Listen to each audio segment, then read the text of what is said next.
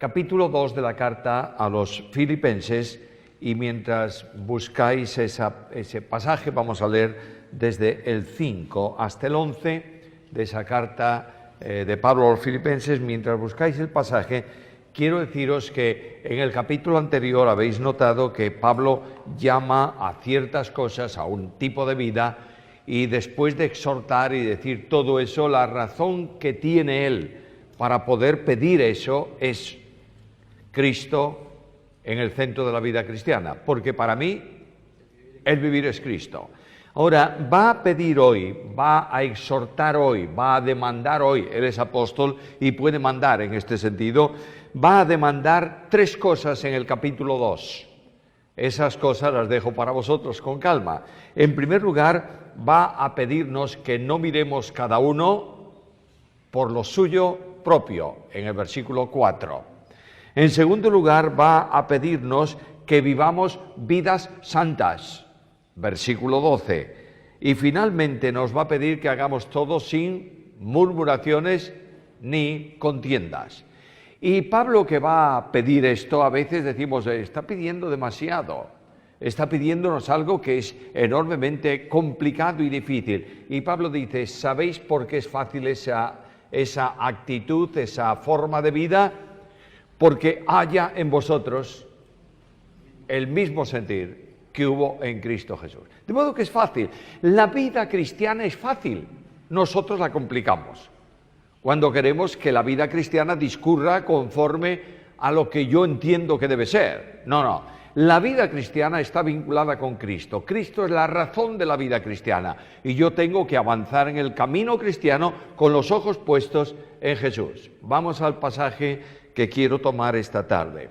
De ese pasaje todo, solamente voy a tomar los primeros versículos, los primeros 3 versículos, pero dice así: haya pues en vosotros este sentir que hubo también en Cristo Jesús, el cual, siendo en forma de Dios, no estimó el ser igual a Dios como cosa que aferrarse, sino que se despojó a sí mismo, tomando forma de siervo, hecho semejante a los hombres, y estando en la condición de hombre, se humilló a sí mismo, haciéndose obediente hasta la muerte y muerte de cruz. Y ahora esa parte sigue la glorificación de Jesucristo, por lo cual Dios le exaltó hasta lo sumo y le ha dado el nombre, porque aquí nuestra versión pone un nombre, pero realmente no debe ponérsele ese artículo indeterminado delante de nombre. Le ha dado nombre, es decir, nombre supremo, nombre que es sobre todo nombre, para que en el nombre de Jesús se doble toda rodilla de los que están en el cielo y de los que están en la tierra y debajo de la tierra, y toda lengua confiese que Jesús es el Señor, para la gloria de Dios Padre. Leo el pasaje y descubro 3 cosas importantes en él. En primer lugar, el ejemplo, porque Pablo dice, hay en vosotros el sentir. Luego el ejemplo, ¿quién es? Cristo. Y Cristo en un proceso de descenso, desde el cielo a la cruz. En segundo lugar, descubro el alcance de ese descenso de Cristo, que tiene que tener ya un efecto en la vida del creyente que vive a Cristo.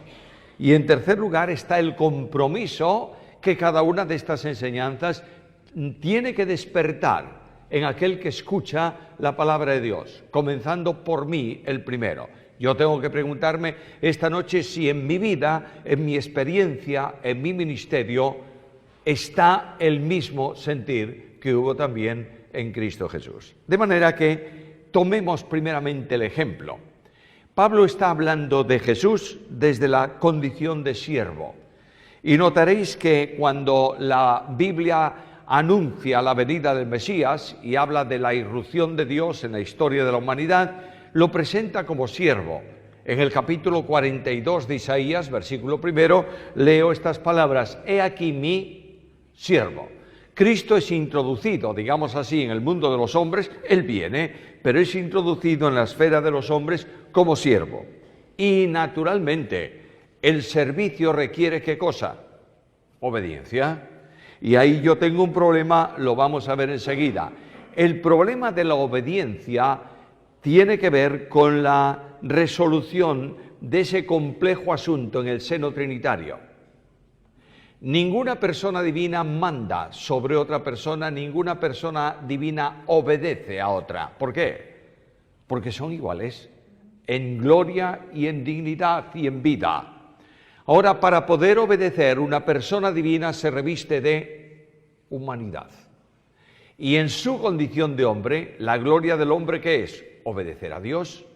Por tanto, es el vehículo que Dios apropia para venir al encuentro del hombre en un encuentro de gracia y de misericordia. Sé que todos conocéis esto, sé que es una doctrina complicada de definir. Cristo es esencialmente Dios en encuentro de gracia. Cuando hablamos de gracia estamos hablando de un aspecto del amor divino. El amor de Dios se sustenta en dos grandes elementos, la gracia y la misericordia. La misericordia es el amor en extensión. Dios ama siempre. Ayer por la noche yo me acosté y sabía que Dios me amaba. Y me levanté esta mañana y Dios me ama. Y salí esta tarde de la casa donde estoy y llegué aquí. ¿Y sabéis qué sorpresa? Dios me sigue amando. Y cuando tropiezo y caigo en mi camino, Dios me ama. Esa misericordia, la palabra misericordia, sabéis todos muy bien esto, es esencialmente, aunque es griega por supuesto, es esencialmente una voz latina, que se compone de dos palabras, miserere, miseria, y cordian, corazón. Luego la misericordia es pasar la miseria de otro por el corazón y actuar conforme a esa miseria.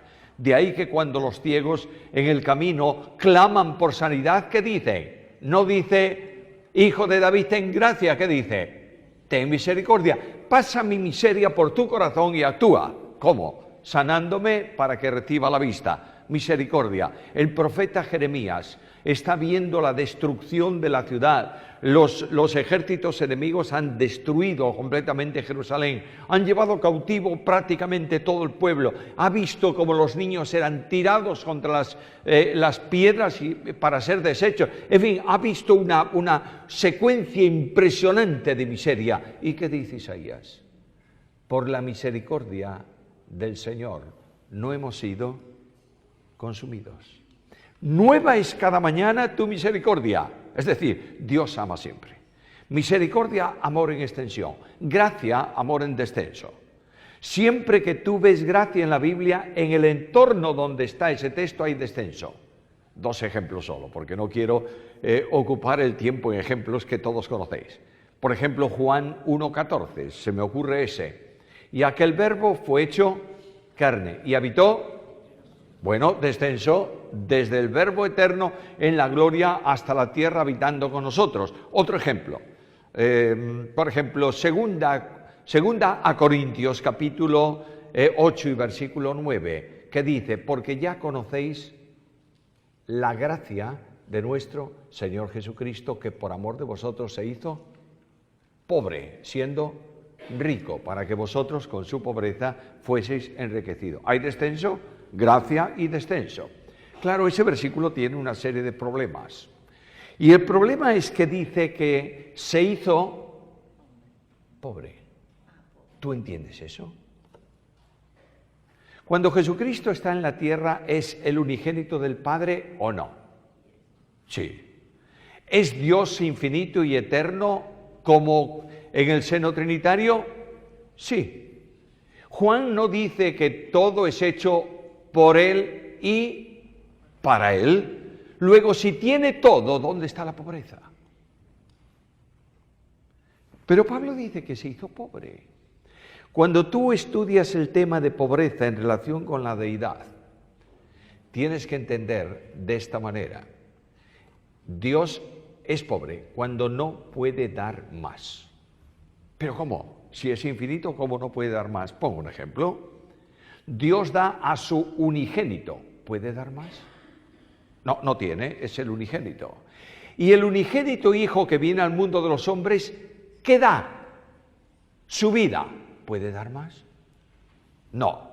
Por tanto, Dios se hace pobre, viene, decrece, desciende hasta el extremo para que tú que estás en el extremo de la miseria puedas ser tomado por Él y llevado a lugares celestiales en Cristo. Porque cuando tú crees en Cristo, se produce para ti una resurrección espiritual. Lo dice Pablo en esta misma carta, en la carta a los Efesios, en el capítulo 2 y en el versículo 6. Y juntamente con Él nos resucitó y asimismo nos hizo sentar con Él, ¿dónde? En los lugares celestiales. Luego, el descenso de Cristo produce el ascenso del hombre que cree en Él a lugares celestiales. Ahora, cuando yo estudio esto, me doy cuenta que Dios tiene que actuar apropiando a la segunda persona de la deidad del elemento que le permite humillarse hasta la condición de siervo.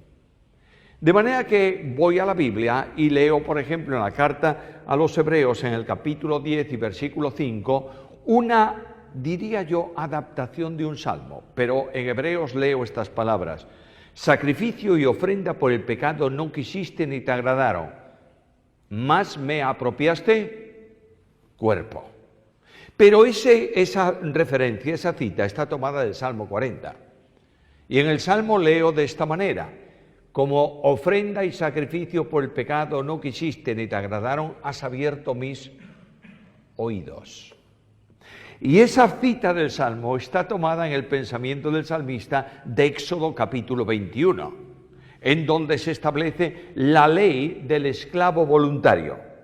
Y dice que cuando un esclavo en la casa de su dueño quiere ser esclavo definitivamente, para siempre, en su casa, se lo comunica al dueño y el dueño lo lleva a la puerta de la ciudad y en presencia de testigos con una lesna le horada el lóbulo de la oreja derecha. En el griego y en el hebreo también, el concepto oído y oreja lo distinguimos nosotros mucho en castellano, pero este hombre tiene solo oreja, porque no es capaz de afinar en los cantos. Pero el oído, la oreja, todo lo que tiene que ver con el aparato auditivo se llama oreja o se llama oído, en el mismo sentido, da lo mismo. Por tanto, lo que está diciendo es que Dios perforó simbólicamente el lóbulo de la oreja derecha de su hijo y éste queda convertido ¿en qué? En esclavo voluntario por amor. Luego Dios le apropia, le otorga, digamos así, la palabra correcta es apropia, le apropia cuerpo a Cristo, segunda persona de la deidad, para que venga al mundo de los hombres como hombre. Me estáis siguiendo, ¿verdad? Ese es un proceso muy importante dentro de la doctrina llamada cristología. Ahí viene el momento en donde la segunda persona de la deidad recibe una naturaleza humana por la acción del Espíritu Santo. El Espíritu Santo engendra en María esa naturaleza, pone en marcha el proceso para que comience la gestación y luego sea alumbrado un niño. Ese niño que nace no es un hombre aislado en el cual Dios va a meterse, es la naturaleza humana del Verbo eterno de Dios. De ahí que el nombre del niño que nace, ¿cuál es? Emmanuel, Dios con nosotros. Cuando se anuncia a María, se anuncia el nacimiento del Verbo de Dios, se le dice, por tanto, el santo ser que nacerá. Esa palabra ser se ha introducido en la Biblia tal vez por necesidad idiomática, para dar un sentido, pero en el texto griego no está ser. Un ser santo es un querubín, pero el que nace en Belén no es un ser santo, es lo santo. Y es lo que se lee en el texto griego. Por tanto, lo santo que nacerá será llamado Hijo de Dios. Ahí tenemos algo fantástico. Este hombre que nace como nosotros es semejante a nosotros, pero no igual. ¿Tiene un cuerpo humano? Sí. ¿Tiene un alma humana? Naturalmente. Él puede decir, mi alma está muy triste. Solo un alma humana puede estar triste, Dios no puede estar triste. ¿Tiene un espíritu humano? Claro. Él dice que conmovido en espíritu delante de la tumba de Lázaro, lloró. Ahí tenemos un hombre perfecto, pero hay algo que lo hace totalmente diferente a mí, y es la vinculación de ese hombre con la deidad. Ningún hombre es la naturaleza humana de una persona divina. ¿Me entiendes? Por tanto, esa es una distinción. Segundo, no hay ningún hombre que pueda pasar sin cometer alguna vez algún pecado. ¿Por qué? Porque es que el pecado y nosotros formamos una unidad inseparable. El Espíritu Santo va a producir el poder para que yo no peque continuamente, pero lamentablemente sí. Muchas veces pecamos, ¿verdad? Cristo no pudo pecar. Porque todo cuanto el hombre Jesús de Nazaret haga o pudiera hacer, afecta a la persona divina del Hijo de Dios en quien subsiste esa humanidad. ¿Me está siguiendo? Es complejo, ¿verdad? Sí, pues déjalo ahí. El Dios de la gloria viene al encuentro del hombre como hombre. Y qué maravilla. Viene para hablar palabra de Dios con garganta de hombre. Viene para darme un abrazo de Dios con brazos de hombre. Viene para experimentar mis miserias, mis tentaciones, mis necesidades. Viene para llorar mis lágrimas y para morir mi muerte. ¡Qué sorpresa! El Dios de la gracia se manifiesta en Cristo. Por eso Juan, cuando habla de Cristo en el capítulo 1 de su Evangelio, dice algo singular. Aquel verbo fue hecho carne, habitó entre nosotros y vimos ¿qué cosa? Su gloria, gloria como del unigénito del Padre. ¿Y qué es lo que llamó la atención a Juan? Lleno de gracia y de verdad. ¿Notas? Este es Jesús. Una vida cristiana que no viva en la gracia no conoce a Cristo. El Cristo de la Biblia es el Cristo que no transige por el pecado, por supuesto, pero restaura al pecador. El Cristo de la Biblia es el pastor que va a buscar la oveja extraviada. ¿Cuánto tiempo? Hasta que la encuentra. ¿Y cuando la encuentra? La reprende enérgicamente. No, la toma sobre sus hombros y la trae al redil. El hombre de Dios, la mujer de Dios, el cristiano espiritual, se mide por su capacidad de restaurar, mucho más que por su capacidad de reprender. Aquí tenemos al Cristo de la Biblia y dice el apóstol Pablo que este que se hace hombre existe eternamente en forma de Dios. ¿Tienes tu Biblia abierta ahí?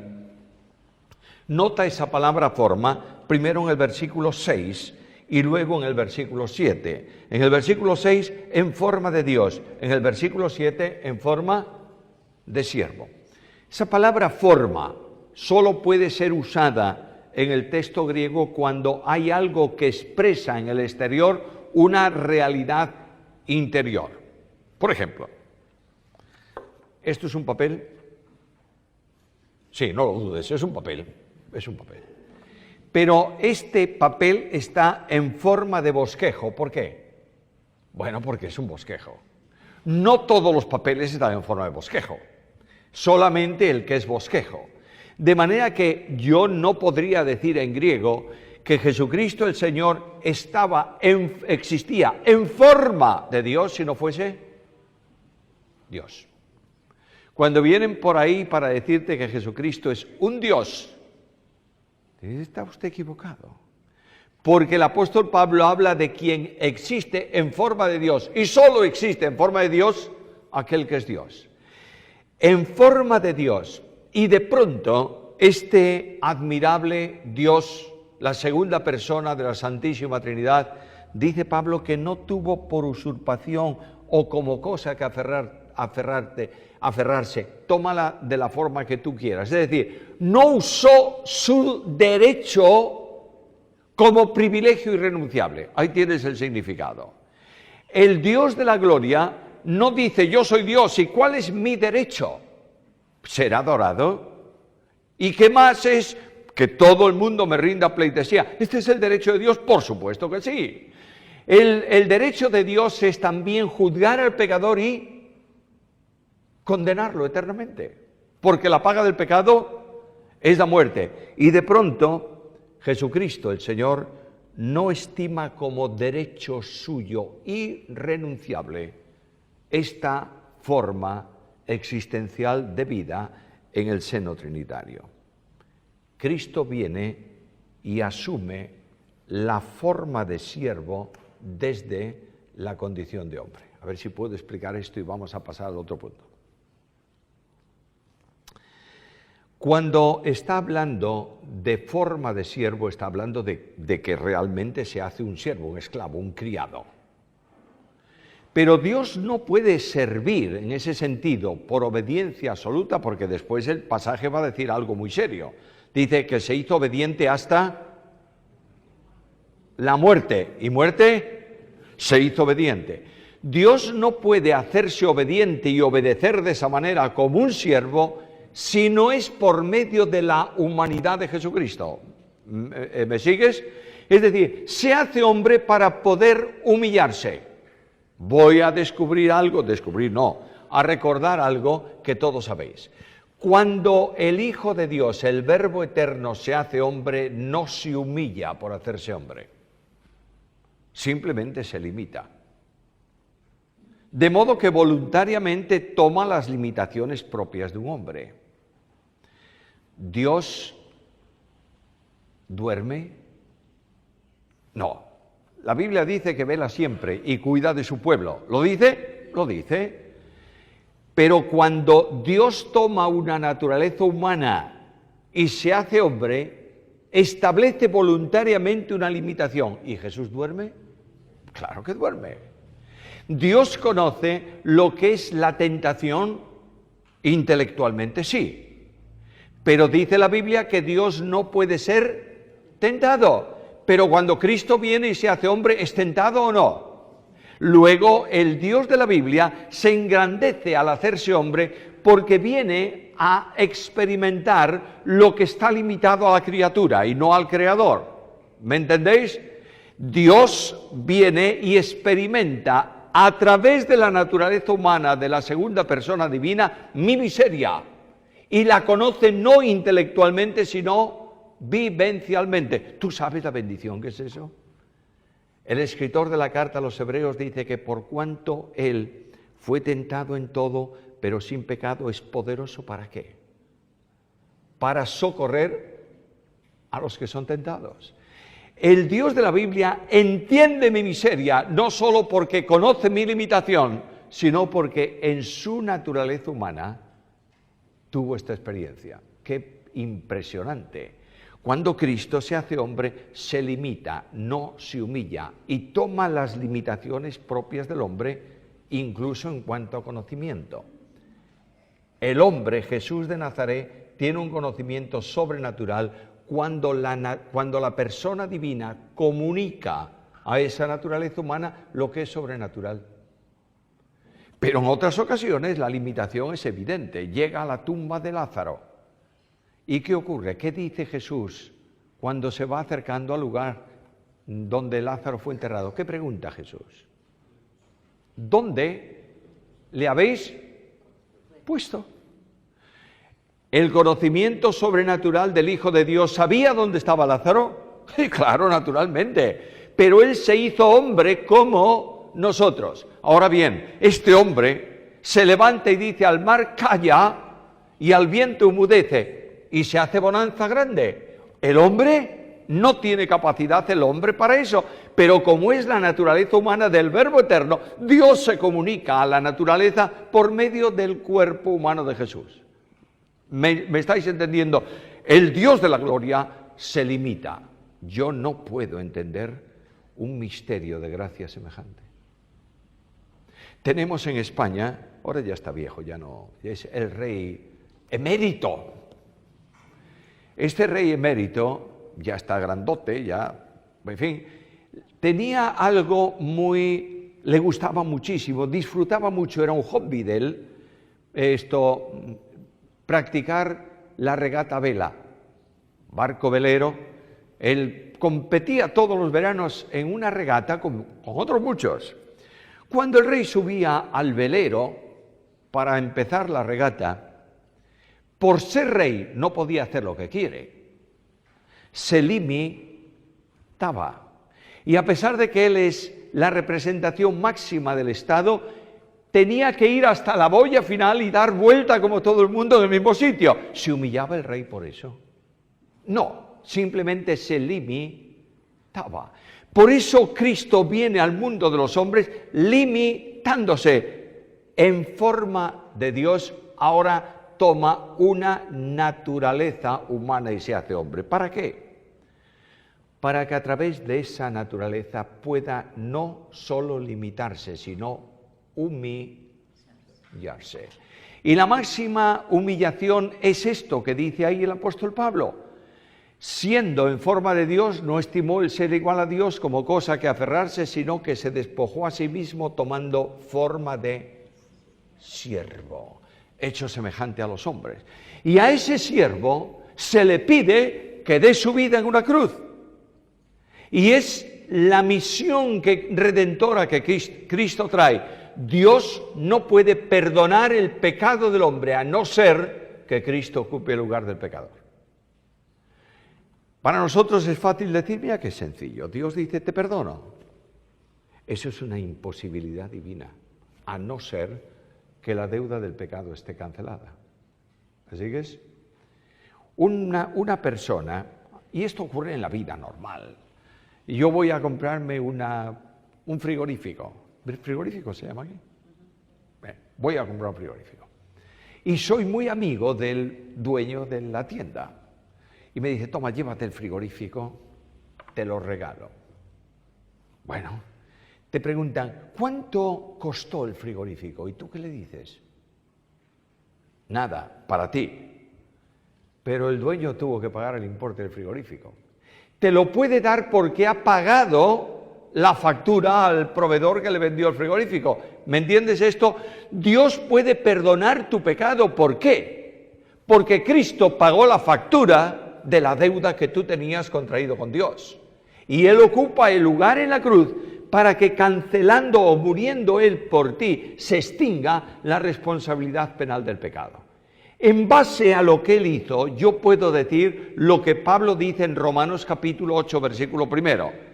Ya no hay ninguna condenación para los que están en Cristo Jesús. Y puedo acercarme a Dios con reverencia, por supuesto, siempre tengo que guardar reverencia en la presencia de Dios.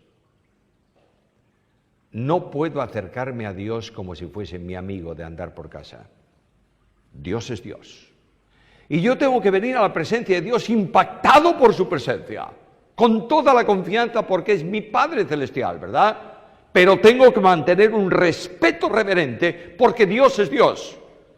Y tengo que recordar que los querubines delante de su trono de gloria cubren con sus alas su rostro y sus pies, dándonos a entender en esa figura que el que está sentado en el trono es santísimo, incomparablemente más santo que cualquiera de los seres santos creados por él.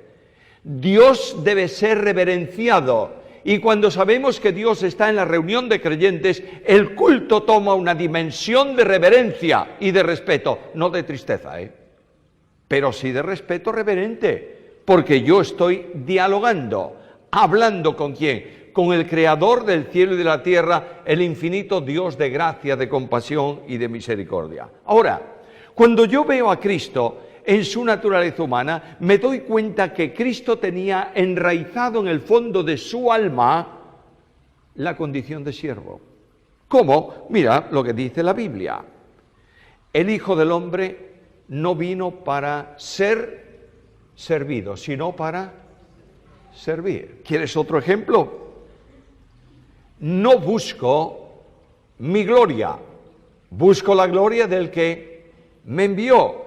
De manera que el Dios de la gloria está dándome un ejemplo en su condición de hombre, está dándome un ejemplo. El creyente que vive a Cristo no puede ser más que siervo. ¿Me entiendes esto? En el mundo, las personas quieren llegar a posiciones sociales elevadas. Cuando yo terminé mi carrera y me puse a trabajar y fui progresando en el orden empresarial y llegué a la dirección general de un grupo de empresas, 13 empresas, cuando yo entraba por la mañana en el despacho mío, todo el mundo me guardaba respeto. ¿Sabes por qué? Porque lo que yo decía en el grupo de empresas era ley. Y algunos me decían, qué envidia me das. Claro, se olvidaban de que cuando te cierras en el despacho tienes unas responsabilidades tan grandes que yo prefería a veces ser el portero que daba entrada a los camiones que otra cosa distinta, pero esa es la responsabilidad. Cuando yo me enfrento con la vida cristiana me doy cuenta que no puedo hablar de salvación sin hablar de servicio. Y tienes aquella frase del apóstol Pablo escribiendo a los tesalonicenses, capítulo 1, versículos 9 y 10, porque dan testimonio de cómo os convertisteis de los ídolos a Dios para servir. De manera que cada uno de nosotros, los que viven a Cristo, y no puede ser cristiano sin vivir a Cristo, no tiene salvación sin Cristo, cada uno de nosotros tenemos la responsabilidad moral de ser como Cristo, ¿sí o no? Claro, en el poder y con la ayuda del Espíritu, esto es verdad. Luego, la posición más alta que yo puedo alcanzar en el orden del ministerio en la Iglesia es la de siervo. Quiero deciros algo, no sé si lo dije ayer o no, pero es una frase que tengo metida en el alma. La Iglesia está sobrada de grandes y necesita siervos. ¿Desprendiéndose de qué? De tus derechos. Yo he oído muchas veces a alguna persona, siempre los que tienen derechos son los que no están conformes con nada. Ese es típico de la Iglesia. Que viene por ahí alguien y me dice, no hay derecho a... ¿Sabes cuando dice no hay derecho a? Está diciendo, no está reconociendo mi derecho a... Eso es lo que se envuelve tal. Y claro está, no hay derecho a que me tengáis marginado. Oye, pregúntaselo al Señor. ¿No eres siervo de Él? ¿No te ha comprado por precio? Reclámale a Él. No vengas a reclamarme a mí. Necesitamos tener clara conciencia de que el privilegio máximo es ser siervo. ¿Quieres un ejemplo? Mira carta primera a los Corintios, capítulo 4, donde Pablo dice, téngannos los hombres por siervos de Cristo. Y en el texto griego que hay, en el idioma griego que hay 3 o 4, pero esencialmente 3 palabras para referirse al siervo, al criado, Pablo utiliza ahí la más baja de todas ellas. Está diciendo, quiero ser un siervo como lo es un hombre condenado de por vida a remar en una galera. Quiero ser así. Quiero pasar a la historia, que todo el mundo me recuerde como siervo de Cristo. ¿Es difícil eso? Sí, pero mira lo que dice Pablo. Haya en vosotros... ¿Qué cosa? El sentir que hubo en Cristo Jesús. Y esa obediencia del verbo de Dios lo lleva a la muerte. Y muerte de cruz. La Biblia dice que el Señor gustó la muerte por todos. Con artículo. No solamente la muerte física, sino la muerte espiritual. Llevando sobre sí el pecado mío, fue desamparado del Padre y durante las horas de tinieblas en la cruz, las ondas y las olas del juicio de Dios cayeron sobre el crucificado, para que luego en la nueva iluminación que Dios produce, yo tenga una puerta de redención abierta para mi vida espiritual. El Hijo de Dios. Ahora voy al párrafo. Y lo que Pablo me llama la atención es a que este que es siervo y aparentemente es un hombre que camina por los caminos polvorientos de la Palestina, y que un día le preguntó a los discípulos, ¿quién dicen los hombres que soy? ¿Y qué le contestaron? Bueno, un profeta, un grande, al fin y al cabo un hombre. Y el rey tiene miedo, Herodes tiene miedo porque cree que eres Juan el Bautista resucitado. A última hora, ¿qué es lo que dice la gente de Jesús? Es un hombre. ¿Un gran hombre o no? Sí, pero un hombre. ¿Y vosotros qué decís que soy? Y claro, la respuesta de Pedro, en la dimensión en que se la da, está reconociendo la deidad de Jesucristo de forma implícita. De manera que este admirable Dios es preexistente. ¿Entendéis bien eso, no? Es decir, antes de que comenzase su existencia en Belén, antes de que naciese como hombre en Belén, ¿existió eternamente como Dios o no? Claro. La voz creadora ha sido dada por el Verbo. Cuando tú lees capítulo 1 de Génesis, notas a la luz del Nuevo Testamento que ese es un capítulo trinitario. La mente que desarrolla la idea de la creación es la del Padre. El que dice sea es el Verbo. Y el que la ejecuta, el Espíritu Santo. De manera que nadie puede llegar a precisar el pensamiento del Padre si no es por medio del Verbo. Yo hablo cosas y las expreso mis ideas por medio de ¿qué? De palabras. Yo digo esta noche un ejemplo, perro. Todos sabéis que no estoy pensando en otra cosa más que un animalito, 4 patas, un rabo, orejas. Ahora yo digo perro grande, luego todos los pequeños chihuahuas y demás desaparecen. Y tengo que decirte perro grande con bastante pelo, luego no es un boxer, es más bien un mastín, y tengo que decirte perro grande con pelo de color blanco y castaño, tú dices, debe ser un San Bernardo, y así sucesivamente. Tengo que darte palabra tras palabra, y a última hora tienes una idea aproximada. El único que sabe realmente en qué perro pienso, soy yo, y lo sabe mi mente, ¿es así? Luego mi mente es la única que puede expresar esa idea. En el seno trinitario, la idea absoluta de Dios se expresa no con palabras, con una sola palabra, que es el Verbo. Luego cuando en Génesis se dice sea, viene el Espíritu Santo a ejecutar como gran constructor del universo, juntamente con el Hijo y con el Padre, viene a ejecutar lo que Dios había pensado. Este Verbo eterno de Dios, Jesucristo, tiene una eterna existencia. Algunos vendrán a vuestra casa en alguna ocasión, son estos que vienen normalmente de 2 en 2, que traen una carterita y una revista debajo del brazo y que te van a ofrecer la felicidad suma en un reino terrenal. ¿Sabéis a quién me refiero? Bueno, esos. Pues muy bien, estos van a venir a decirte que Cristo Jesús fue la primera cosa creada por Dios. ¿Y lo toman de dónde? Bueno, de la carta del apóstol Pablo, que dice que fue el principio de la creación. Pero principio no significa origen. Significa dinámica, para llegar a algo. El principio del agua es la mezcla ¿de qué? De hidrógeno y de oxígeno. Ese es el principio. Cuando hablamos de matemáticas, hablamos del principio de Arquímedes, o de física, principio de Arquímedes. Luego estamos hablando de la razón causante de algo. La causa de la creación es la voz de autoridad soberana del Verbo eterno de Dios, Dios preexistente. Y este Dios se vacía a sí mismo tomando la forma de hombre para poder realizar la obra redentora. Yo quisiera que vieses un momento la cruz. Yo quisiera que vieras antes de la cruz. Este hombre Jesús de Nazaret, Dios manifestado en carne, antes de pasar al prendimiento y a la pasión, pasa por Getsemaní.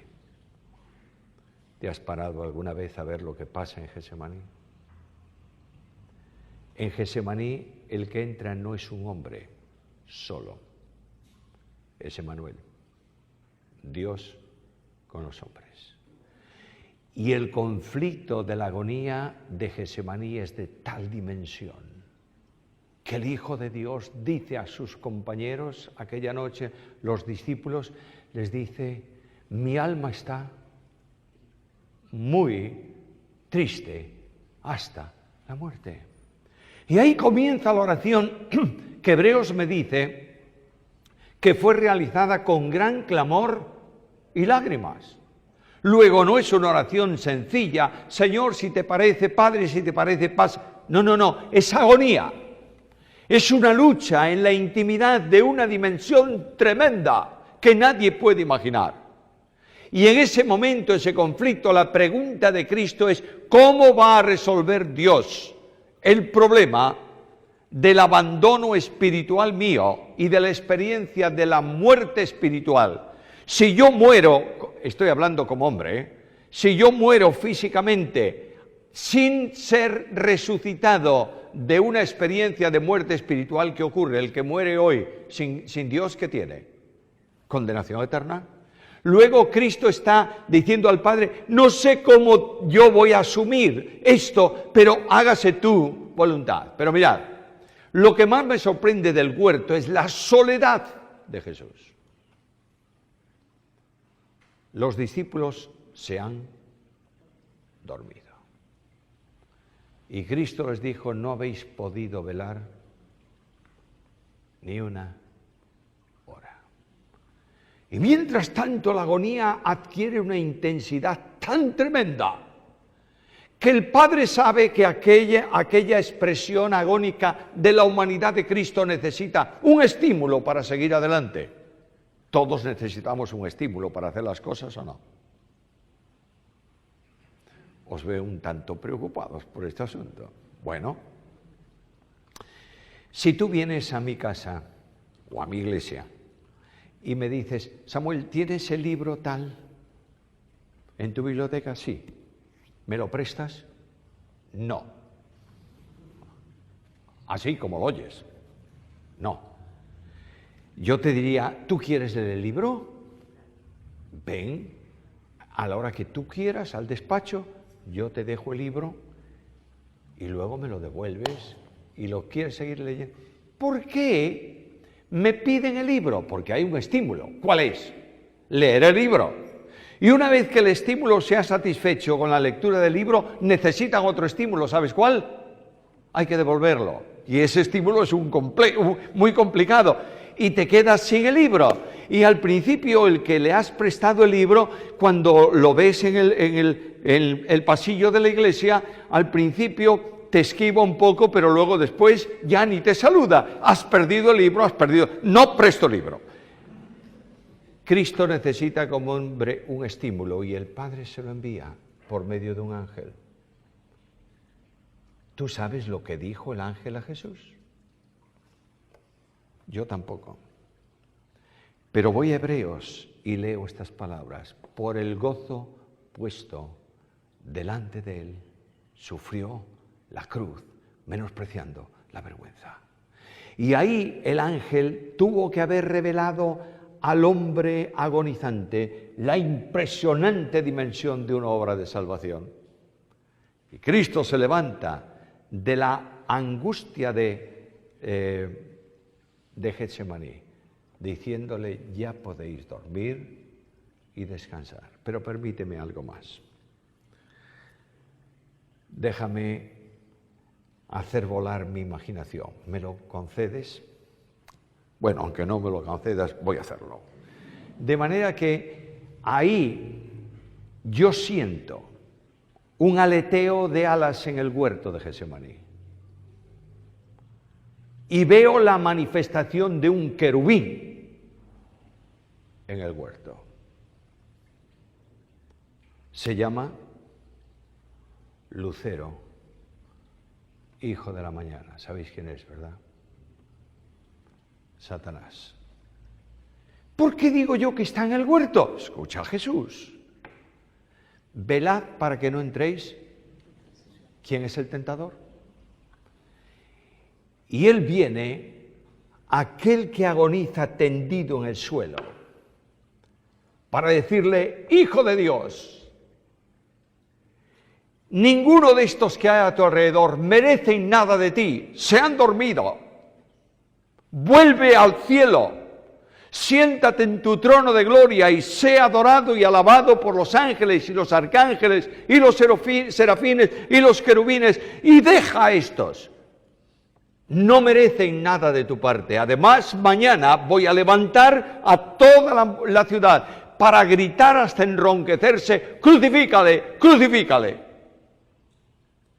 Y en medio de esa impactante dimensión, el alma de Jesucristo dice: y si tú no mueres por ellos, ¿quién morirá?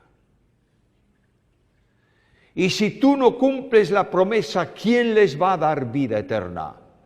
Y el Señor se levanta y va a la cruz, menospreciando el oprobio. Ahora, ¿cuál es el compromiso que yo tengo con esto? Pablo me dice: Samuel, hay en ti este sentir que hubo también en Cristo Jesús. Y yo pregunto: ¿y cuál es el sentir? Y la Biblia me responde: hay un compromiso de amor en Jesús. Si la cruz de Cristo no cambia tu vida de compromiso, no hay nada en la tierra que la pueda cambiar. A veces nos quejamos en España muy a menudo. Yo lo he hecho muchas veces. Nuestra iglesia tiene falta ¿de qué? De compromiso. ¿Es verdad? Es verdad. Entonces yo me pongo a pensar: ¿cómo voy a hacer yo para que sean más comprometidos? Ya está. Me subo al púlpito, saco el látigo y le doy una lección de demanda de compromiso a toda la iglesia. Y sale toda la iglesia media encogida por la puerta del templo el domingo por la mañana, y yo digo: verás tú el domingo que viene, verás tú, van a venir todos comprometidos. Menos compromiso el domingo que viene. Es que no es el camino. Es que Pablo me dice: ¿cómo puedo conseguir que la iglesia se comprometa? ¿Sabes cómo? Escucha, Pablo. El amor de Cristo nos constriñe pensando esto: que si uno murió por todos, luego todos murieron, y por todos murió, para que los que viven no vivan para sí, sino para aquel que murió y resucitó. En la medida en que la cruz de Cristo sale del púlpito de la iglesia pierde el rumbo del compromiso. Y aquí tienes a Pablo que me dice esta noche: haya en ti el mismo sentir que hubo en Cristo Jesús. Hay un poeta castellano que se llama José María Gabriel y Galán. No sé si leísteis algo de él. Pero hay una experiencia en la vida de este hombre. Este hombre un día estuvo parado delante de un cuadro que se llama El Cristo de Velázquez. Y dice, este hombre da testimonio, dice que cuando vio el cuadro y quedó delante de él, es como si Cristo en silencio, sin palabras, le hablase y le manifestase su amor personal hacia él y su servicio de gracia. Escribió un larguísimo verso, impresionantemente bello, solamente una estrofa. Y el amor, el imán de las almas, le acercó la visión del Cordero, la visión del dulcísimo mártir clavado en el leño. Escucha esto: con su frente de Dios dolorida, con sus ojos de Dios entreabiertos, con sus labios de Dios amargados, con su boca de amor sin aliento, muerto por los hombres, por amarlos, muerto. Este es Jesús. Y este es el encuentro al que yo quiero llevarte hoy. Te pido que por favor subas por la fe al Calvario y preguntes al crucificado, ¿por qué mueres, Señor? Y escuches la respuesta en las palabras del apóstol. El Señor me amó a mí y se entregó a sí mismo por mí. ¿Y qué podré yo darte a ti a cambio de tan grande don? Todo es pobre, todo ruin. Toma, oh Dios, mi corazón. Que el Espíritu de Dios toque tu vida, tu corazón, derribe tus paredes, elimine la arrogancia personal que todos tenemos a causa de nuestro yo, y que esta noche toda esta congregación diga al Señor, Señor, cuenta conmigo, quiero servirte, honrarte y glorificarte, porque tú lo has hecho por mí.